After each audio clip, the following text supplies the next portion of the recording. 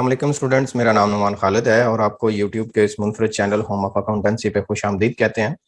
प्यारे बच्चों, आज के लेक्चर में हम लोग डिस्कस करने जा रहे हैं एरर ऑफ प्रिंसिपल्स को। इससे पहले कि हम लोग इस डिस्कशन का आगाज करें, जो व्यूअर चैनल पे नए हैं उनसे गुजारिश है कि आप चैनल को सब्सक्राइब कर दें, नोटिफिकेशन का साइन प्रेस कर दें ताकि आपको आने वाले हर नए लेक्चर के बारे में बर वक्त इतला मौसूल हो सके। प्यारे बच्चों, आज इस लेक्चर में रूटीन में हम लोग जो चीज़ें डिस्कस करेंगे वो हमारे पास इटसेल्फ एरर ऑफ प्रिंसिपल, इसकी examples and how to rectify, और इन गलतियों को हम लोग कैसे दुरुस्त करते हैं। पहली बात तो ये कि एरर ऑफ प्रिंसिपल्स किसको कहते हैं। एक ऐसा एरर जो फंडामेंटल अकाउंटिंग प्रिंसिपल्स को इग्नोर करते हुए अराइज हो, हम उसको नाम देते हैं error of principle. An error that arise due to an error that arises due to ignorance of fundamental accounting principles is called error of principles। अच्छा, इसकी एग्जांपल्स क्या क्या है ये मैं आपके साथ डिस्कस करता हूं।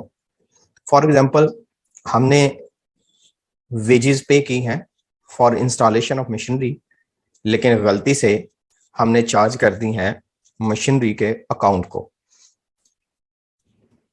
Wages paid for the installation of machinery charge to wages account। For example, sold furniture, but इसकी अमाउंट हम लिख देते हैं जी, wages paid RS 1000 for installation of machinery charge to wages account। sold furniture RS 2000 charge to ordinary sale account।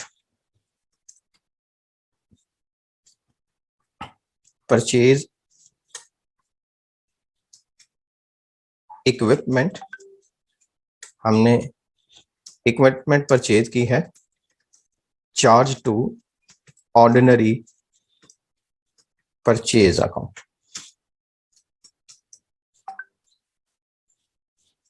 Cell of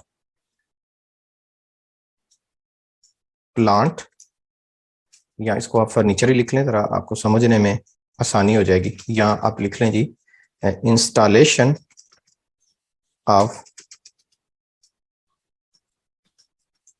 plant, कि आपने plant install करवाया है, चार्ज टू वेजेस अकाउंट। इसकी एग्जांपल लिख दें 4000 और इसकी भी प्राइस में लिख दें जी ये 1000 की। अच्छा जी बच्चों, अब हम इसके दुरुस्त या रेक्टिफाई करने की बात करते हैं। देखो बच्चों, हमारे पास जो वेजेस पे की जाती है ना इंस्टॉलेशन ऑफ मशीनरी की, ये हम लोग नॉर्मली तौर पर चार्ज करते हैं मशीनरी को ही। उसकी रीजन क्या है कि वो वाले तमाम एक्सपेंडिचर जो किसी एसेट को खरीदते हुए होते हैं, जो वन टाइम होते हैं, वो कैपिटल नेचर एक्सपेंडिचर्स होते हैं, और कैपिटल नेचर एक्सपेंडिचर उस एसेट की कास्ट में प्लस होने चाहिए।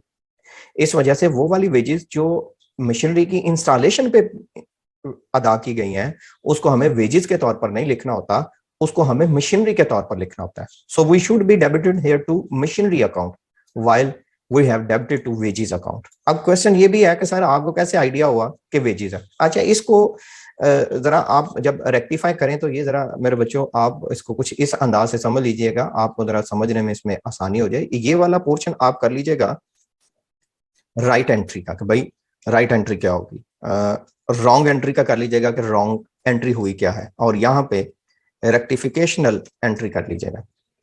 अच्छा जी, अगर हम बात करें कि हमारे पास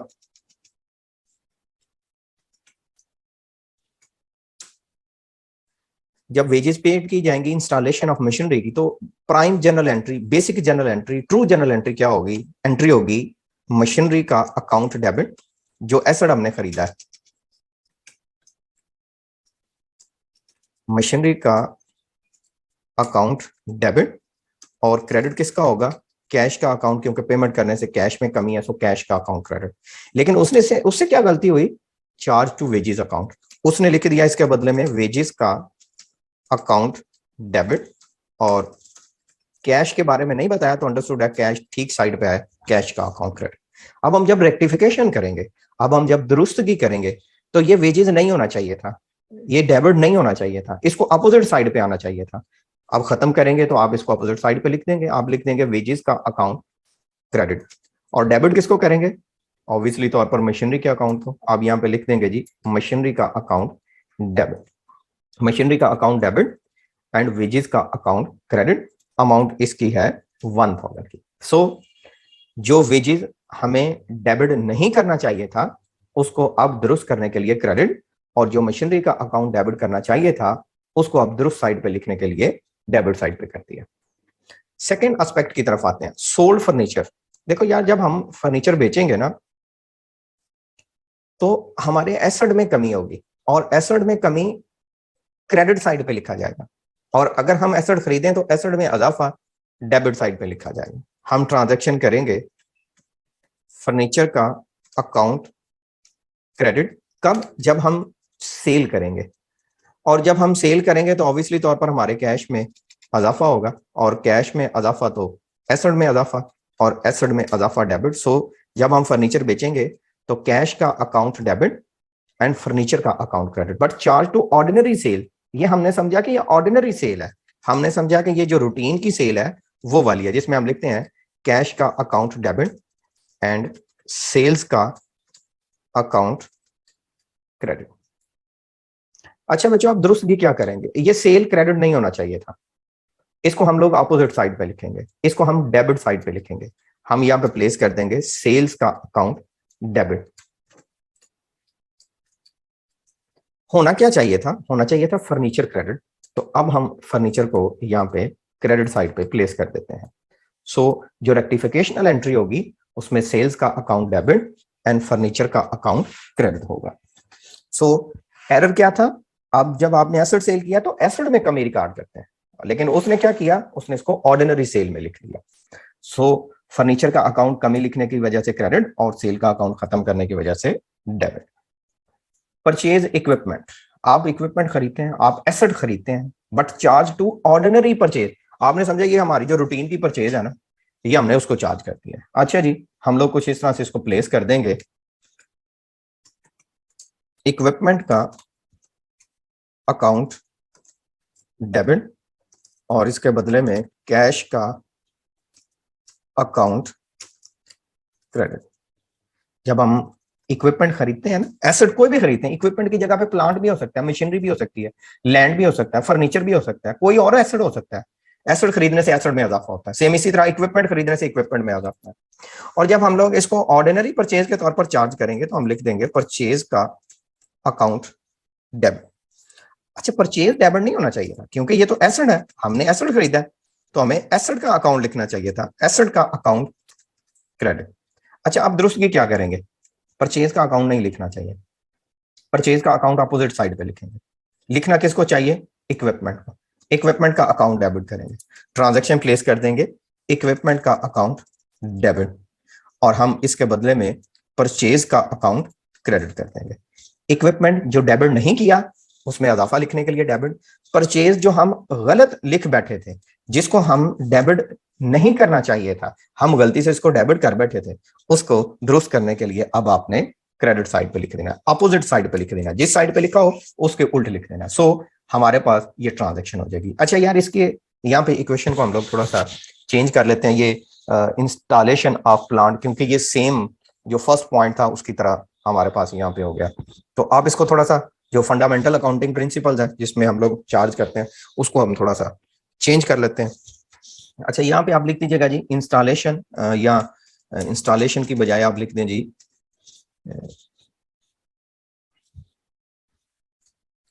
repair of plant charge to plant account. आपने रिपेयर करवाई है और आपने उसको प्लांट का हिस्सा बना दिया, आपने उसको एसेट का हिस्सा बना दिया। अच्छा यार देखो, ये जो वेजेस पे किया ना, आपने देखा होगा कि मैंने यहाँ पे लॉजिक बनाई थी कि यार ये वेजेस एसेट से मुतलका है, तो इस ये एसेट की कास्ट में प्लस होनी चाहिए। तो जब रिपेयर है ये भी तो एसेट से मुतलका है, तो फिर यहाँ पे जब आपने लिखा है कि चार्ज टू प्लांट अकाउंट, तो फिर इसमें गलती क्या है, फिर इसमें एरर क्या है? अच्छा यार, फिर आप इस बात को समझे, कुछ अखराजात होते हैं जो रूटीन के होते हैं, जो अगेन एंड अगेन होते हैं, और कुछ अखराजात ऐसे होते हैं जो रूटीन के नहीं होते। जो अखराजात रूटीन के होते हैं ना, उनको कहते हैं रेवेन्यू नेचर एक्सपेंडिचर, उनको इंडिपेंडेंट लिखना होता है। और जो कैपिटल नेचर होते हैं उनको एसेट में प्लस करना होता है। सो वेजेस कैपिटल में प्लस होनी चाहिए, रिपेयर प्लस नहीं होना चाहिए। सो अभी हम लोग क्या करेंगे जी, इसकी ट्रू एंट्री की तरफ चलते हैं। उसमें हम लोग लिख देंगे जी रिपेयर का अकाउंट डेबिट, और हम क्रेडिट कर देंगे किसको, कैश के अकाउंट को। अच्छा इसने गलती से क्या किया, इसने लिख दिया है प्लांट का अकाउंट डेबिट और कैश का अकाउंट क्रेडिट। अच्छा देखो यार, प्लांट तो डेबिट नहीं होना चाहिए, एसेट में इजाफा नहीं होना चाहिए, तो इसको अपोजिट साइड पे लिखेंगे। तो हम लिख देंगे प्लांट का अकाउंट क्रेडिट। होना किसको चाहिए, रिपेयर को। सो हम इसके बदले में हम लिख देंगे जी रिपेयर का अकाउंट डेबिट, रिपेयर का अकाउंट डेबिट एंड प्लांट का account credit. So repair debit and plant का अकाउंट क्रेडिट।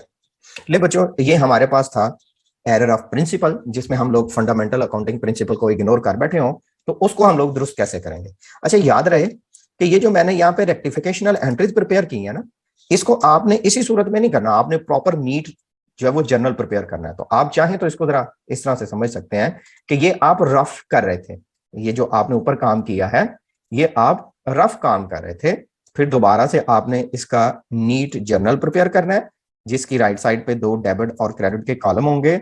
देन आपके पास लेजर फोलियो आएगा, सीरियल नंबर आएगा, यहाँ पे आप पार्टिकुलर लिख लेंगे, देन यहाँ पे लेजर फोलियो आएगा, देन डेबिट, देन क्रेडिट आपके पास आ जाएगा, और इसकी बेस के ऊपर आप कैलकुलेशन कर लेंगे। देखें आपके पास फर्स्ट जो एंट्री थी आप उसी को कॉपी कर लें, मशीनरी आप यहाँ पे लिख दें जी, ये फर्स्ट पॉइंट था, ए पॉइंट था, और जो अमाउंट था वो है इसकी 1000, यहाँ पे भी लिख लें जी इसकी 1000, और यहाँ पे भी आप लिख लें 1000। सेकेंड पॉइंट था जी सोल्ड फर्नीचर का, तो आप यहाँ से लिख लें जी सेल ऑफ फर्नीचर। तो ये आपके पास कुछ इस तरह से आ जाएगा जी, फर्नीचर को जो सेल किया आपने। ये जरा वेजेस को थोड़ा सा हम लोग और करीब कर लेते हैं जी।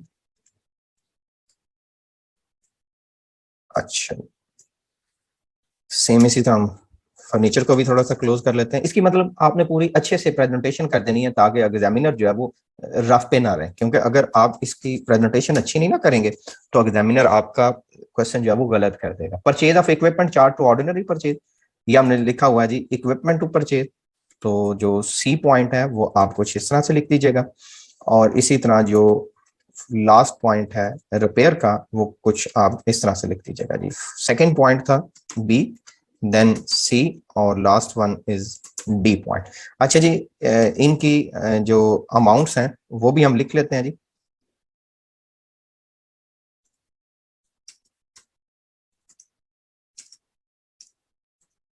अच्छा जी, दो जो ट्रांजैक्शन थी, एक था 4000, एक था 1000, यहाँ पे आप लिख दीजिएगा जी 4000, 4000, 1000, सो 1000।